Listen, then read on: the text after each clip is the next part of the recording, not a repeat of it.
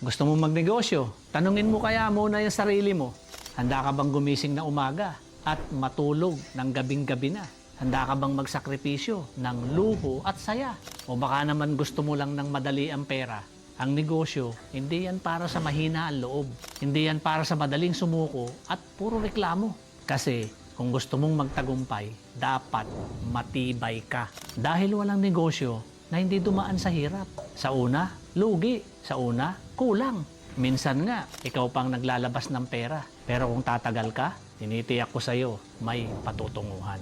Kung sisimulan mo at hindi ka titigil, may resulta. Kaso, karamihan, maraming gustong magnegosyo, pero tamad. Gusto ng kita, ayaw namang mag-effort. Gusto ng milyon, ayaw namang magbanat ng buto. E paano ka aasenso kung ayaw mong sumugal? Ang negosyo, walang kasiguraduhan yan. Pero ang sigurado, walang nagtagumpay na hindi nagsimula. Lahat ng malalaking brand, nagsimula sa maliit yan. Wala namang instant yaman. Lahat dumaan sa proseso.